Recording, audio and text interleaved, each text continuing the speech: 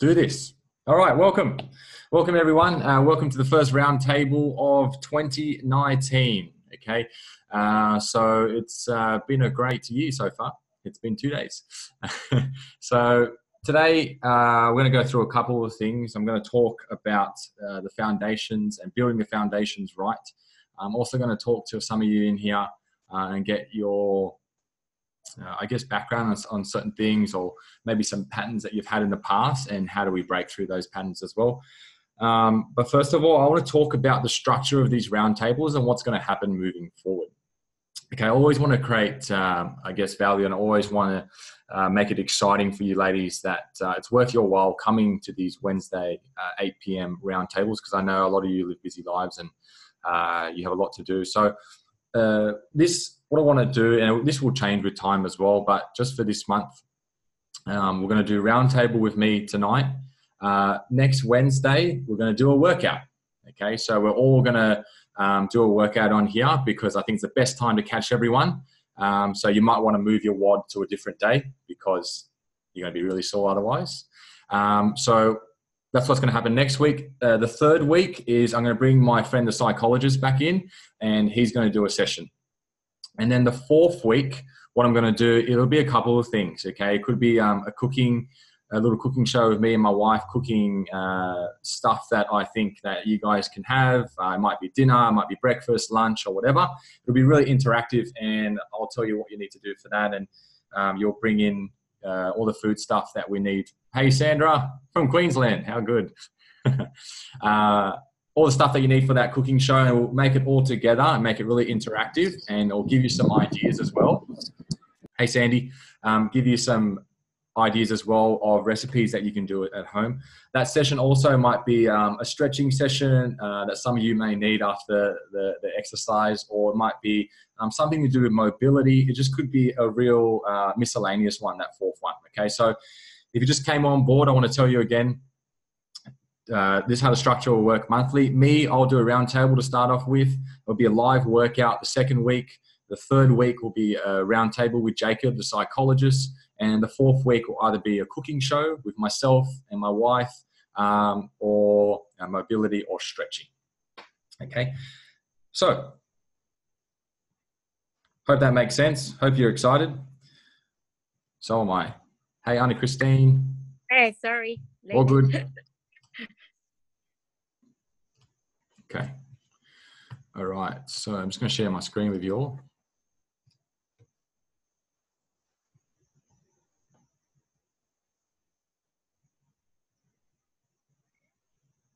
Okay. All right.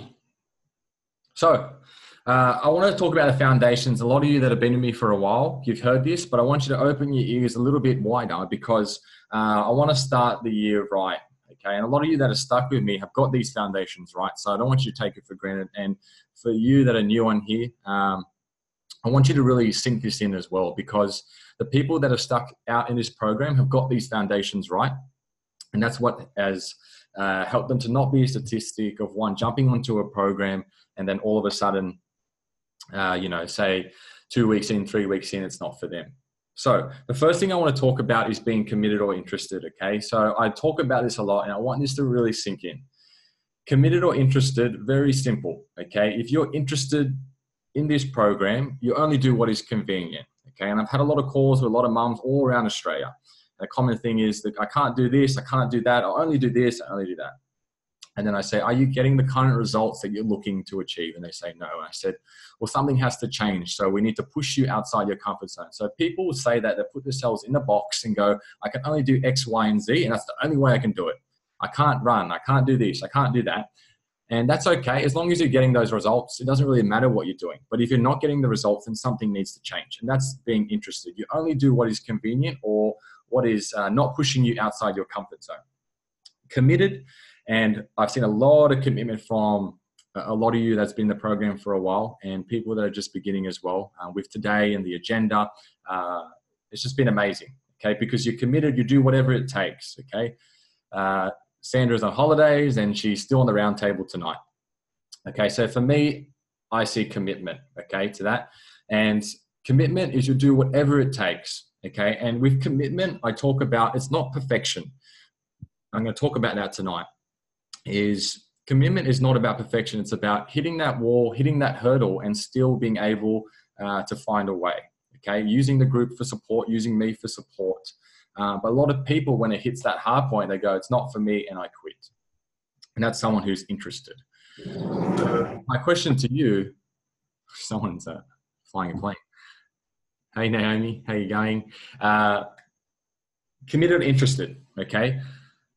That's what I really want to know. And I'll know by the end of this challenge, at the end of January, who's really committed and who's really interested. A lot of people will talk, I'm going to do this plan, I'm going to do this, it's January, I'm going to do all this, and then it comes to the hard point and I don't see them anymore. I'll do everything in my power to get you where you want to be, but I can only do so much if you're not willing to commit and do the hard work. Okay, that's the first thing. And the next thing I want to talk about is the 6 human needs, which I talk about it all the time. But it's going to tie into something that I'm going to talk about later. So the 6 human needs, if you just started this program, Larissa, Naomi, Sarah, you've been with me before. And obviously the other ladies that have been with me for a while, you know this. But I want this to sink in, okay, because this is going to determine everything that you have sad in your life, everything that you have happy in your life and feel really fulfilled is going to come from these 6 human needs. Okay, it's also going to tie in with my next point, which is going to be the 5 reasons why people drop out of programs. So these are 6 human needs and that we all need as human beings in order to be fulfilled. First one and basic need is certainty. You need to have certainty in your life to know that you can come home to a safe house, that you have enough money for the kids, that you have food on the table, that you have a bed to sleep in, that you have a job for security. Okay, that's what's certainty. And you all need that at a basic level. The second thing that you all need is uncertainty, also known as variety. Okay, so a lot of you will like that level of uncertainty. Some of us don't like that level of uncertainty, and some of us love a lot of variety. Okay, so you like to go a different street on the way that you drive home. You like to go on holidays. You like to watch different shows on TV. You like to go to different restaurants. You like to wear different clothes. These are elements of having uncertainty or variety. Okay, the third thing that we all need is significance. We all want to feel unique, important, and special. Tell me a person that doesn't want to feel unique, important, and special. They're probably not a human being, right? They're a robot or there's something else. As humans, we all need significance. You need to know that you matter in this world, that what you do has an impact on your family, your friends, or people around you. The next thing I want to talk about is love and connection. As human beings, we all need to feel love and connection. We need to have meaningful relationships with our friends, family, husband, kids, whatever. We all have an inner desire to be loved and to show love and have a connection with human beings. These 4 needs, ladies, are your basic needs. And you need all of these 4 needs in order to survive, in order to feel good about yourself. But in order to be truly fulfilled, you need to live in these 2 next needs, okay? And the next 2 needs is growth. We all, as humans, want to grow. Whether you say it or don't say it, you all want to grow. You want to be better than last year. You don't want to have the same year as last year. I guarantee you all sat there 2018, 11:59, and you're thinking, I want to have a better year than I did last year. I want to have some sort of progression, whether it's my health and fitness, my finances, with my family. I want to go on these holidays. We all want to grow in some shape or form. And the other need that we want to live at is contribution. We want to do things that are beyond ourselves, not just about ourselves, helping other people, whether that's an encouraging word, financially, with your time. You want to lead people. Contribution, growth, these are the highest needs that you want to live at. Okay, these 6 human needs, ladies, I want you to remember them because I'm going to tie them back into our next part. So, all right. Cool, we got more people on. So we got Linda, Larissa, Aphrodite, Francis, Karen, Sandy Bay, change your name, Nicole, Annie Christine, Sarah, and Naomi. Okay. So I want to talk about the 5 reasons of why people drop out of programs, why people lose motivation. Okay, I'm going to start to talk to some of you in this program. Everyone got nervous. Good. So I'm going to talk the top 5 ones, okay? And if this relates to you, all I want you to do is just wave out to me and go, yes, I felt like that, or I've been there before. So the first one I want to talk about, why people drop out of programs in my career, is I see they get bored. So they've done programs before and they're really excited at the start, and then all of a sudden they're really, really bored and they fall out of programs. Francis, yep, that's been you. Let's have a little chat.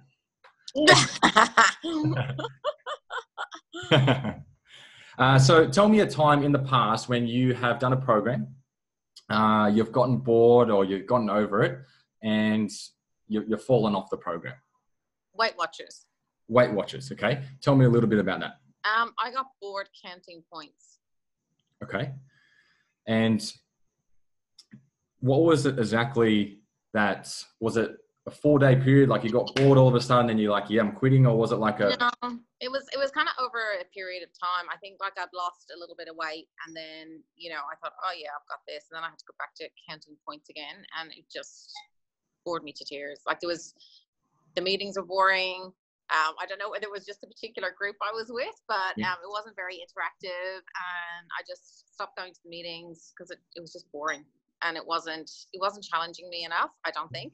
Yep. And counting points without learning about nutrition or how it affects your body or about macros, I think it just didn't do it for me. I needed more stimulation. Yep. I needed to be more interested in what I was doing. Totally. And that's what I want to talk about is I 100% agree that sometimes programs are not meant for you. You know, it's a wrong program for the coach, or it's literally not for you.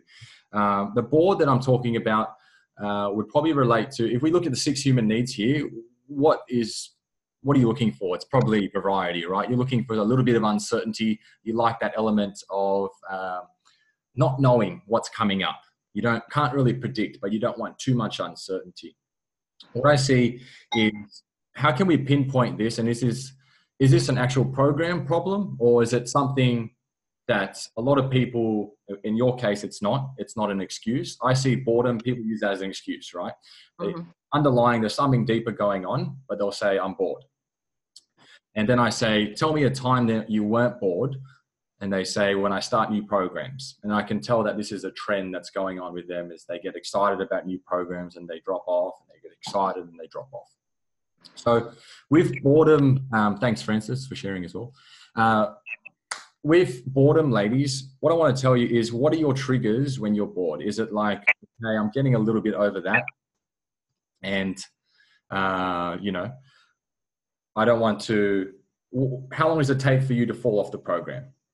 So you want to catch it early. So say you're starting to get bored, the trigger would be you stop doing certain things, okay? So say you stop doing steps, whatever, I'll put example, our group, you stop checking in with the group, you start turning up to things that you say in the very first week you're doing all these things, and then all of a sudden you start getting bored and you start dropping one thing at a time. So with boredom, what you want to do is you want to identify it. See how we can tie it back to the 6 human needs. You might be someone that craves high variety. And as we know in a program, and as I know for results as well, is that variety is great. And I love variety myself, but I know there's an elements of that we need to do repetition in order to get results. And people think that boredom, I need to do whatever I'm doing now, I have to do the complete opposite. And as we know, all we might need is something really, really small, like instead of walking a certain path, you might walk a different path. Instead of walking, you might running. The food you eat, you might change it up. The friends you work out with, you might change it up as well. And to our brain, just that little switch is that variety hit that you may need. That's my father-in-law. So variety is what you're looking for, and it might be done in a little switch.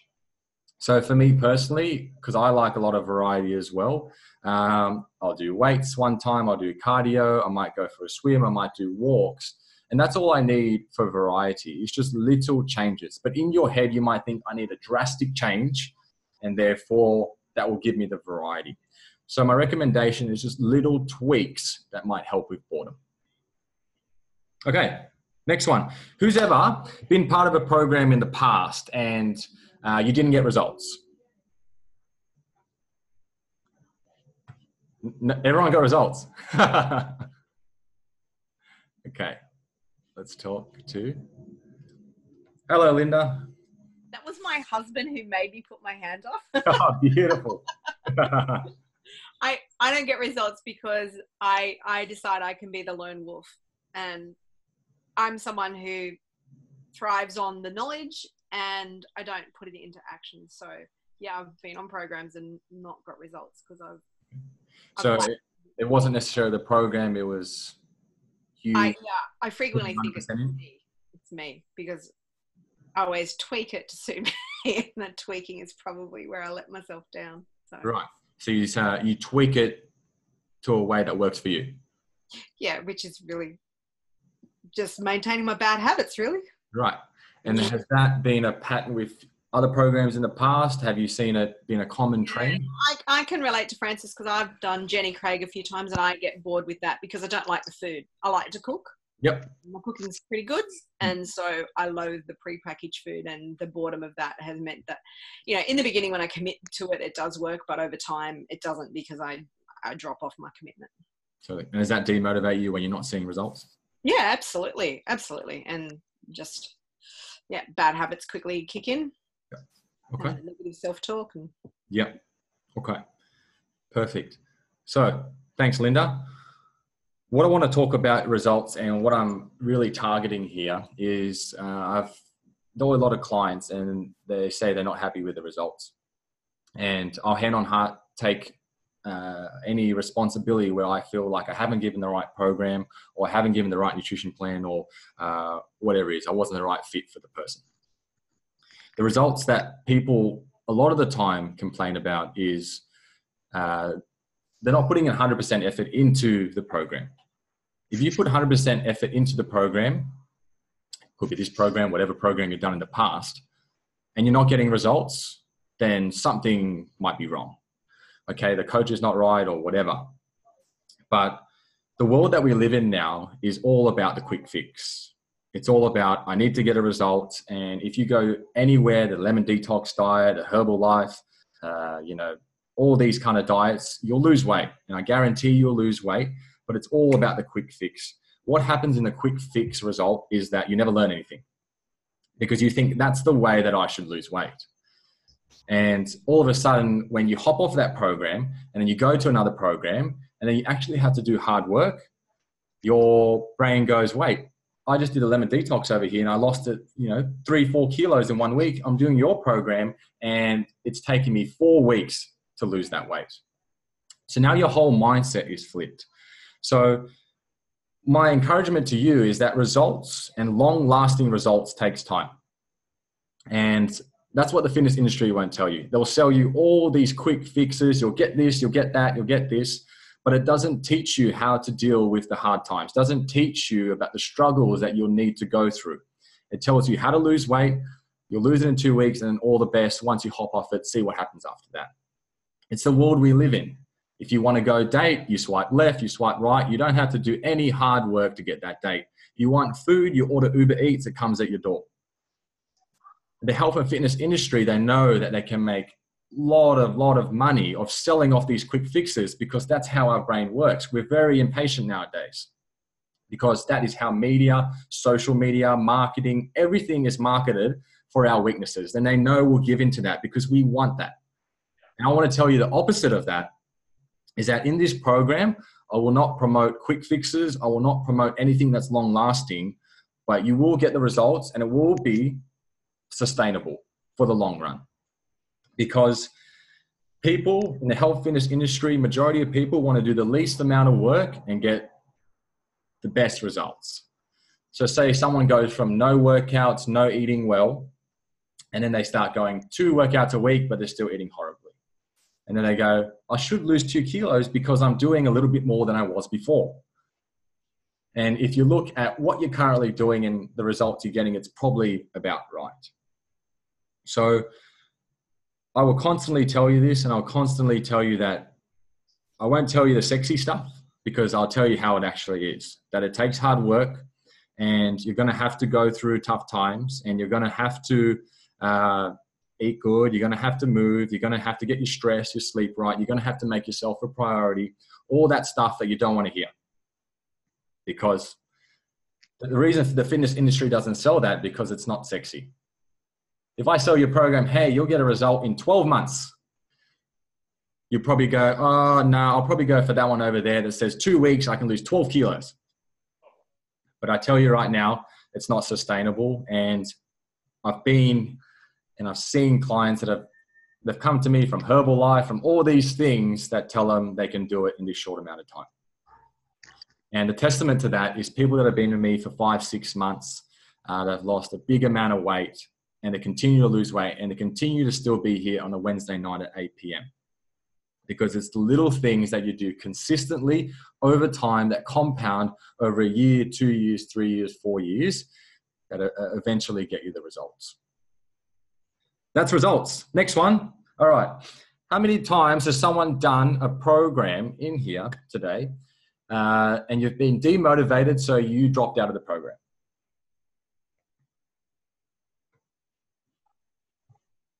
Cool.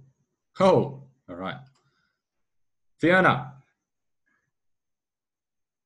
Oh, 1 second. Realize what time it was. All good. Fiona, tell me a time that you've been in a program in the past and you've been demotivated and you dropped out of that program. I was finding, I don't know if I got bored or what it was. I just found like I wasn't, I know a lot of it was probably my fault. I wasn't probably eating right. Yep. And I think I was just getting bored with doing the same thing all the time. I don't know what it was. I just lost interest, I think. Yep. And tell me a time you were really motivated in a program. Now I have been motivated, and it's kept me motivated because I've had support. So, even though I've had times like this week and last week, which I haven't been eating correctly, I still, when I look and see other people's, what they've been writing on their wall, and just having support there that you don't normally get from other types of training. And that's the external stuff that's really helpful, support, accountability. What's the internal stuff that's driving you? What's something that you constantly think of each day that wakes you up and go, hey, I got to do exercise, I got to eat well? Reminding myself of what I felt like when I was overweight. Yep. And how I didn't want to get up in the morning, how I didn't want to get off the lounge, and do anything. Yep. The way it made me feel with my clothes. Right. And how did you feel when you were? Terrible. I felt down all the time because I couldn't, look at myself in the mirror and be happy about myself. Right. And how did that affect the rest of your life?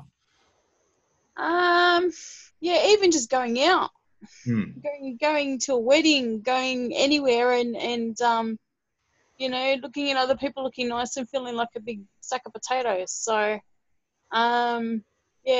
seeing my triple chin, which I hate. Right. Anyway. How long did you feel like that for? Probably a couple of years. It kind of grew. Right. It wasn't as bad, but then grew. Okay. So, how did that affect your confidence? Sorry? How did that affect that confidence, feeling like that for 3 years? It was pretty low. Right. It was very low. I didn't want to do anything, to be honest. I felt really, I was in a rut and I didn't know how to get out of it. Perfect. Okay. So, I was like, I knew what I had to do, but I just didn't know where to go from. So. Okay. So I want to pause you there, Fiona. Yeah, that's okay. So ladies, you see how I can dig deeper, and I want to find out what is her underlying motivation that drives her. Okay, so she said she felt 3 years, she didn't want to go out, she didn't feel good in her clothes, in her words, felt like a sack of potato. These are the things that you need to find out. So what is your underlying motivation to why you do what you do?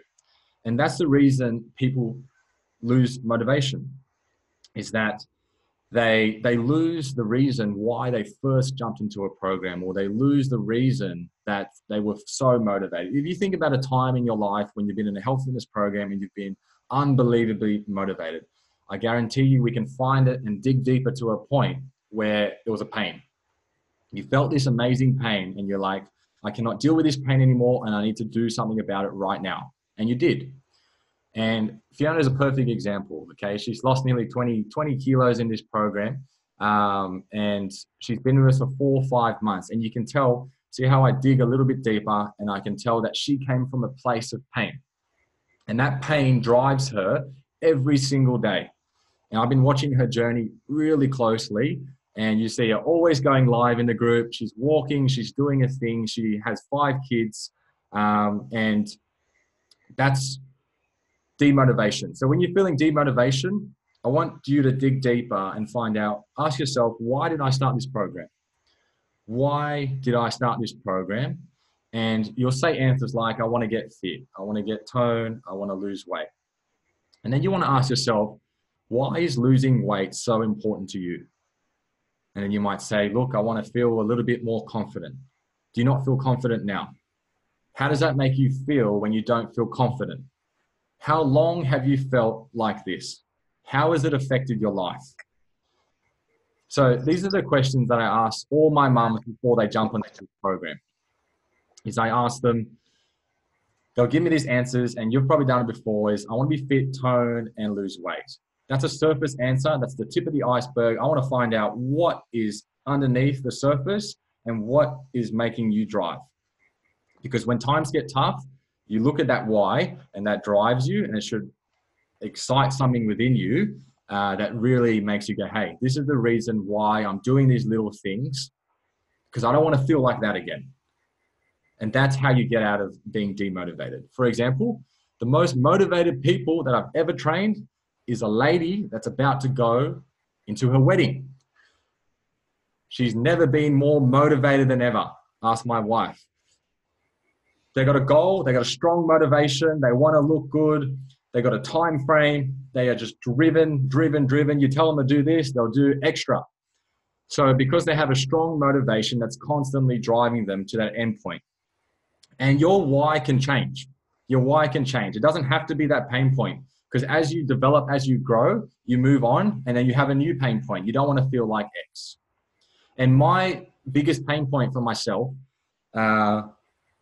that I'll share at the end of this next 2 excuses. So we've got 2 more excuses and then we're nearly done, is expectations. How many times have you ladies, any of you ladies, just wave at me, is you've had expectations of X and you didn't meet those expectations, so therefore you stopped the program?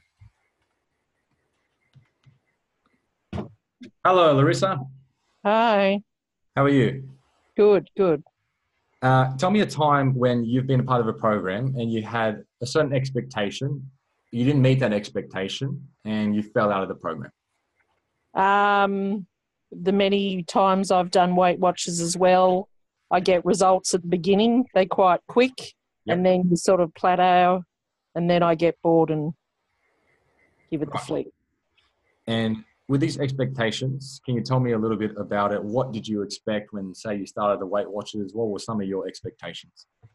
I think I just expected like consistency, like not necessarily continuous big losses, but just little changes and yeah. Right. And were you putting 100% into this program that you were doing? At times, yes, and at times, no. Okay. And then I just sort of beat myself up and say, well, to hell with it. Right, yeah, totally. Was it more like an all or nothing thing? If I don't be consistent, then I might as well not do it. Yeah. Totally. Okay, perfect. Thanks for sharing there, Larissa. I want to talk about this point, okay? So what Larissa's talking about is very common, and why people fall out of programs is the expectation around all or nothing. So say they come from X, and I've talked about this actually today in the Daily Rev, is they come from X and they go to Y, especially around this time. They go from nothing, and all of a sudden they go, I want to do 4 workouts. I want to do MyFitnessPal. I'm going to do these steps. I'm going to go to the gym. I'm going to do this. So they go from nothing to this amazing expectation. First week in, they do it. Second week in, they do it. Third week in, they don't do 1 workout, and they go, well, the program's not for me, and therefore I'll just try a new program. And that's a pattern they'll go through the whole year. They'll jump from program to program because they have this expectation that's all or nothing. If you had a friend, ladies, and she came to you and said, hey, I just started this health and fitness program, and I have this expectation that I need to do 4 workouts. I need to do MyFitnessPal. I need to do these steps, and I need to turn up to Roundtable at 8 p.m. And the other day, I didn't turn up to Roundtable at 8 p.m., so I'm just going to quit the program. What would you say to that lady? You say, what are you doing? Get back in the program. It's only one thing. You've done X, Y, and Z. So when I put it like that, it sounds a bit silly, right? But in your head, we all have this expectation of perfectionism. Or we have this thing, I've stuffed up this week, I'll start on Monday. I've stuffed up this week, I'll start Jan 1st. And it feels better to do that than not do anything at all. It comes to Monday, and you more than likely don't start, and you go through this trend again. So with expectations, I want you to take an outer perspective. If your friend came to you and said exactly what you're thinking, and you bring light to how, I guess, ridiculous these expectations around perfectionism, and it's the worst kind of expectation that you can have in yourself because it's unachievable. And in my program, I want to promote, and I see a lot of you ladies say stuff like, I'm avoiding bad food, I don't eat chocolate, I don't want to have alcohol, I don't want to do this. And I want you to have flexibility in knowing that I want you to have fun with your family. I want you to go out and eat foods that you love. The problem lies when that starts to become a habit. So when you start drinking alcohol and your flexibility starts to become your habit. You, like Aaron said, have flexibility. I'll have pizza, I'll have this, I'll do this. So I want flexibility with parameters. And that's why with MyFitnessPal, that ladies have been with for a while, they don't use it anymore, they do use it, is that whatever fits within your calories, and as long as you're getting your vegetables, your micronutrients, you can have a treat here and there. My wife, she schedules in her ice cream, her chocolate, and she still loses weight because I wanted to have that flexibility. I don't want you to have restriction, have this psychological, I want that chocolate, I can't have it. If you want to have that chocolate, schedule it in, 4 p.m., chocolate, put it in MyFitnessPal, and just be organized with it. That's all I'm asking with these expectations, is that you can have a bit of bad food. But if you have this expectation, I'm going to have no bad food, I'm going to keep going, and once I hit that bad food, I'm going to quit. When I say it out loud again, it probably sounds a little bit silly, but I know a lot of you, myself included, think like this. We think, these are the plan, and this is how I expect the world to work, how I expect my health and fitness plan to work. And as we know, it doesn't always happen like that. So if we manage our expectations better around food, around exercise, around our mindset, we're more than likely to stick with a program and stick for it long term. All right, last one. Who has been part of a program and all of a sudden life got busy, you were at work, your kids, and then you stopped the program? Please wave at me. All right. Hey, Deb. Hi, how you going? I'm well. How are you? Not too bad. Good. Can you tell me a time previously in the past when you've been part of a program and life got really busy and you stopped that program? I think a couple of years ago, I was trying to do like a online sort of program, and to be quite truthful, I thought the coach actually sucked. And he was nothing like you. He was unmotivational. Wasn't Asian.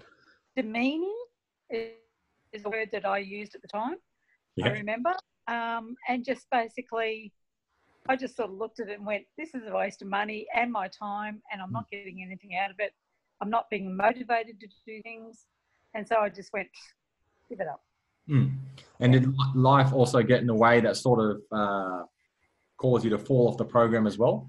Yeah, I think I was studying at the time. Right.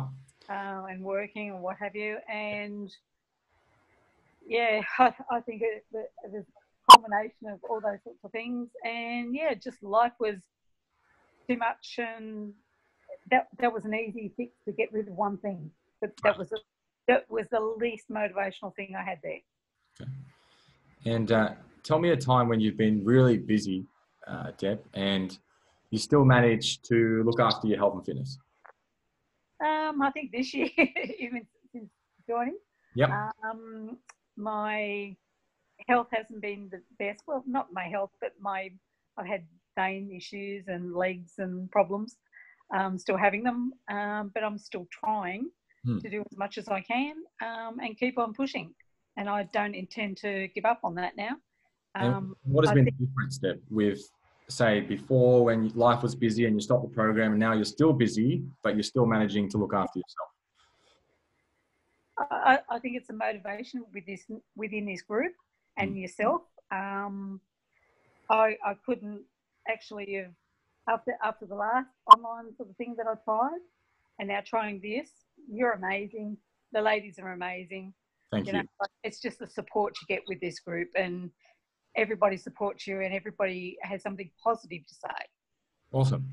Great. Okay. Thank you, Deb. All right. So the point I want to share here with a busy life, and you're all going to get busy. I know probably now you're not busy, or maybe you are busy already 2 days in, especially with mums. So I've done this analogy before, but I like to use it. Say with your kids are your health and fitness. And say your kids cry at night. This is how we treat our health and fitness. Would you go, I don't feel like it today, I'll let her keep crying? You won't, right? You'll go, I love this kid, I'm going to do whatever, she's crying, I'm going to look after, unless she's annoying or he's annoying and you just want to give him some time. So we treat our health and fitness like that. We treat it, all of a sudden, life gets busy, this happens, work happens, problems happen, and then we go laser focus onto that. And there's a time and place for that, and I totally understand that there's a time to focus on something where there's an actual problem. But let me fast forward you, and this is the personal story that I want to talk about that really drives me when life gets busy, is you put things into perspective. You fast forward yourself to, I was at this funeral from a family member. He smoked his whole life. He didn't really look after himself, and probably 60 years old, he passed away. And it changed my life when I went to his funeral. At 60 years of age, he could have had another 40 years, 20 years, 30 years. And I know this is a really drastic example, but this is how you bring the future to the present, and it makes you drive to go, if I don't do anything now, ask yourself the questions. If I do nothing now, and I do exactly what I'm doing right now for the next 10 years, where will I be? You might go, if you're doing great things, you might be doing amazing. But if you're not doing great things with your health and fitness, life is getting busy. Where will you be in 10 years? You're probably less mobile. You might put on a bit of weight. You have less energy. And it's probably affecting all other areas in your life. Now let's compound that and give you another 40 years to that. Where would you be? You'd probably be even worse, right? You have lower energy. You might put more weight. You can't move anymore. There's things affecting your life. It's affecting your relationships, affecting your confidence, your ability to do work. So it's a matter of putting that priority at the forefront of your mind. Just like with your kids. You treat your health and fitness like your kids. Whatever you do for your kids, you need to do for your health and fitness. Because ultimately, I use this analogy all the time, is if you get sick, you're not healthy, you're not a proper role model, they're going to subconsciously do what you do. And I can hand on heart say that I do stuff that my parents did because unconsciously, subconsciously, whatever you call it, I would see what they would do, and I do that in my life. And the kind of role models that I know I want to be, and I know a lot of you mums want to be, is to create habits from a young age to instill leadership into our kids that we all know this world needs. And with health and fitness, with a world that's moving to 1 in 3 people in America dying of cardiovascular disease is it starts with a little decision with you, bringing perspective to you right now, to saying, hey, where do I want to be in 10 years? It's because it's so far, we don't feel that pain. We're okay. Oh, I'll go 1 day being busy, not doing my health fitness. I'll go 4 days. I can deal with 3 days. So all of a sudden, the doctor says, hey, you really need to do something now. And why is it always that we need to get to a point of so much pain that then we need to change? If we can bring that perspective always, constantly, consistently to our days, that it drives you and you treat your health and fitness how you would treat your kids. When they're crying, you still look after them. When they're happy, you're with them. When you don't feel like being with them, you're still with them. When they call you asking for money, you still give it. My mum does. It's great.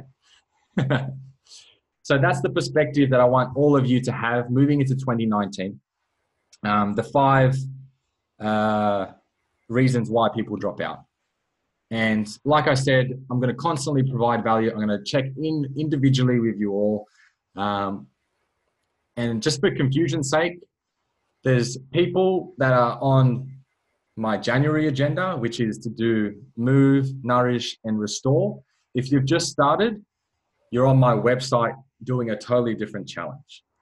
So there's actually 2 different separate going on. I know there's confusion, but if you're doing both, it's okay. As long as it's helping you and encouraging you, it doesn't really matter. But we have mums all over Australia now, which is really cool, from Queensland, Melbourne, Perth. We might even go overseas, but who knows? This is the start. And these 5 excuses, the foundations, I want to sit here at the end of 2019 and see all similar faces. I don't want to see all these mums, 2 have dropped out, 1's in a new program, 4's over there. It's the consistency over the year and the little things done right from today. If you came on late, these roundtables, just a late reminder, is they're going to change every week. Today, it's going to be me. Next week, we're doing a live workout. The week after, we have Jacob, the psychologist, and I'll be doing a Q&A with him. And then the 4th week is it will either be a cooking show with my wife and myself, or something to do with mobility, stretching, something that's really going to help you. I want to make these really valuable so that each week you get some sort of value. That's all I have for you tonight, ladies. I hope that really helped. Keep doing your work, 3 days, okay? And I will see you throughout the week.